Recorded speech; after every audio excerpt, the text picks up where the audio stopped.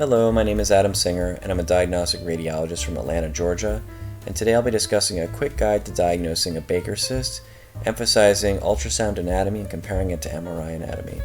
A quick disclaimer before I begin: this video and all the videos on my channel are for educational purposes only and should not be used to guide medical decision making.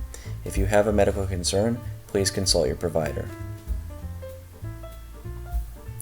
So to begin, most hypoechoic cystic looking structures in the posterior side of the knee will be benign, but there is a differential diagnosis. And often we get these orders from providers because there's some sort of palpable area in the back of the knee, some sort of focal swelling in the back of the knee, and all of those causes, while often will be benign, are not always. And so there is this differential diagnosis, the first being the Baker cyst, which we frequently encounter when we're imaging knee MRIs, and occasionally when DVT studies are performed and they're scanning the back of the knee. Ganglion cysts and synovial cysts are other types of benign cysts, usually arising from joints or tendon sheaths. A popliteal artery aneurysm may be encountered in patients with significant peripheral vascular disease. Abscesses may be present in the setting of an infection, and soft tissue sarcomas can also be seen around the knee, in addition to other mesenchymal neoplasms.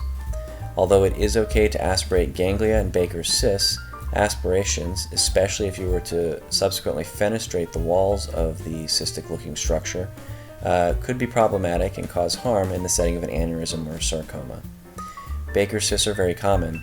They're estimated to be present in 50% of patients over the age of 50, and usually are from some degree of internal derangement inside of the knee, arthritis, joint fluid, and any other material from inside of the joint, including chondral bodies, osteochondral bodies, synovitis, can be pushed into this potential space. It is a potential space that everyone has, and when it fills, this is how you get the Baker cyst. It is benign, it is not neoplastic. Without defining the anatomy to confirm that something is a Baker cyst, hypoechoic masses in the back of the knee can be any of the above listed in this differential. Baker cysts can look complex and ominous, especially if there's significant debris or synovitis within them, and you may actually see hyperemia within the synovitis. But if you are able to show the anatomic definition that confirms that there are Baker cysts, you know you're dealing with something benign. So here I'm showing two different cases. These are axial proton density fat suppressed images, and one of these is a Baker cyst and one of these is not. I'm going to give you a moment to look and see if you can figure out which is which.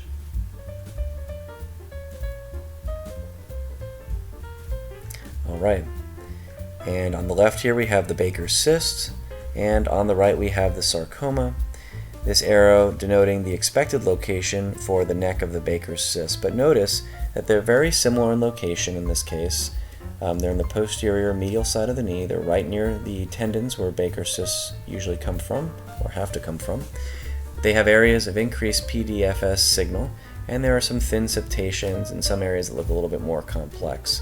So just by the imaging appearance alone, it's difficult to tell these two apart. This is where the anatomy becomes important. This other case that we're seeing shows a hypoechoic structure along the posterior aspect of the knee. A Baker cyst was suspected. This was palpable. The ultrasound technologist denoting that this is in the popliteal fossa area, and we see this hypoechoic superficial lesion. In short axis, we can see that it is actually underneath the fascia. It's not within the subcutaneous tissues, but it's not close enough to the joint. We don't see the typical anatomic appearance. We see flow inside, although you can sometimes see flow within synovial tissue in a Baker cyst. Flow is something that would be potentially concerning, especially if you cannot denote the normal anatomic course of the Baker cyst. And here's the corresponding MRI. Again, the proton density fat suppressed image showing areas of high signal and some more intermediate signal, solid enhancement. This was a leiomyosarcoma. Another case along the posterior and more medial side of the knee, sort of in the region of where the pes anserine tendons and bursa would potentially be. This also showing increased PDFS signal, but looking somewhat complex. It is not following the expected course of a Baker cyst, and this would be probably the worst case of pes anserine bursitis I've ever seen. This was a synovial sarcoma. The next case shows a palpable abnormality that was sent for MRI in the back of the knee. We see two little nodular areas here, somewhat direct posterior, away from where a Baker cyst would typically come out. On the PD FAT-SAT image here, we see areas of high signal, but also these ropey, low signal intensity areas as well. On the post-contrast images showing avid enhancement, especially in the areas where we see the high PD signal, and then scattered areas of low signal intensity. So although this is a palpable posterior knee mass, the imaging findings are inconsistent with a Baker cyst and the location is wrong, and this was a case of fibromatosis. This last case shows a very cystic looking structure, high PDFS signal intensity on the medial side of the knee, and this one, although not in the typical location of a Baker cyst, could potentially be mistaken for a large ganglion cyst or something of that nature, but this was not. This was a myxoid liposarcoma. So now I'm going to go through the anatomy and show how you can make this distinction between things that are a Baker cyst and things that cannot be a Baker cyst. So we're going to scroll from proximal to distal. You've got the front of the knee here. This is the patella or the kneecap, and here's the back. Here's the medial or inner side, and here's the lateral side. And we see two tendons here. We see this one, which is the medial gastrocnemius tendon, and here's the muscle. So the tendons are hypo-intense. They're dark. The semimembranosus is the other one right here. And here is the anatomy, so you can actually see it outlined. The medial gastrocnemius muscle and the tendon, the semimembranosus tendon. This is your Baker cyst, the semitendinosus behind that.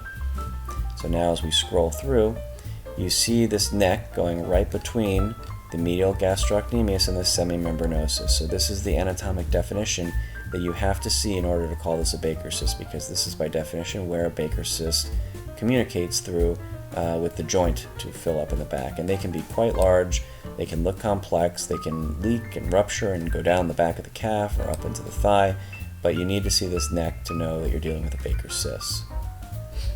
So here's the MRI, and now we're going to flip it upside down, so as if you were scanning the patient on their belly, you would have the posterior or back side of the knee up.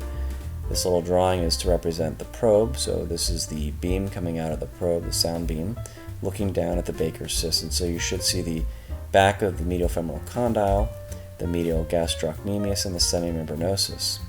You come over to the corresponding ultrasound appearance. Here's the hyperechoic subchondral bone plate of the medial femoral condyle, which would be over here, and then the hypoechoic cartilage on top and some joint fluid, and through that you see the neck of the Baker cyst. Here's the Baker cyst up here.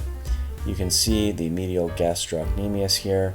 In this case, the tendon is hyperechoic or echogenic, the muscle is hypoechoic, and the semimembranosus as a hyperechoic tendon there.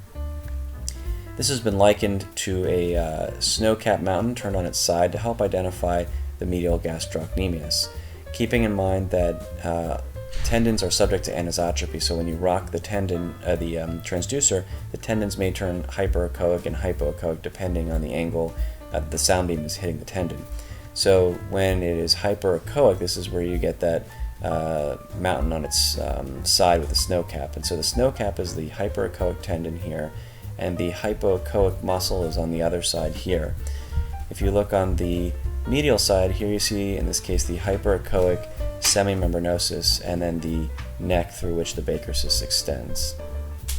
And here you're seeing this was actually a symptomatic patient with a needle coming in, we're draining the cyst, and notice that the cyst has not just anechoic material as you would hope to see with something that's pure fluid, but they can often be quite viscous and contain debris. This is the typical appearance of a Baker cyst. These little echogenic reflectors, we see posterior acoustic enhancement, we see that snow-capped mountain turned on its side, and the other tendon, the semimembranosus, with the neck coming down. So this is what we need to confirm that this is a Baker cyst and not something that we have to worry about. We can feel safe putting our needle in and aspirating, draining, and even fenestrating this cyst wall. Alright, so the next time that you're encountering some sort of hypoechoic lesion on an ultrasound exam, especially a DVT study, and this is one of the things in the differential diagnosis. You want to make sure that if your technologist is scanning, that they give you this image here, or that you take this image. You want to have a sweep, cine sweep ideally, right through this neck, confirming this anatomy, because when you see this anatomy, you know your diagnosis is a Baker cyst and it's benign. If you don't have this anatomic definition here, you cannot be 100% certain of what you're dealing with, especially if the contents are complex. Alright, if you like this video, please put a like down below.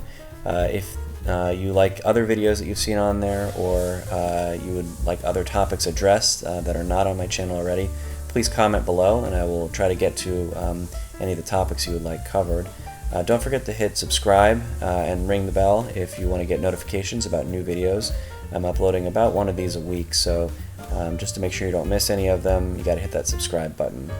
Thank you very much for your support, and I'll see you next week.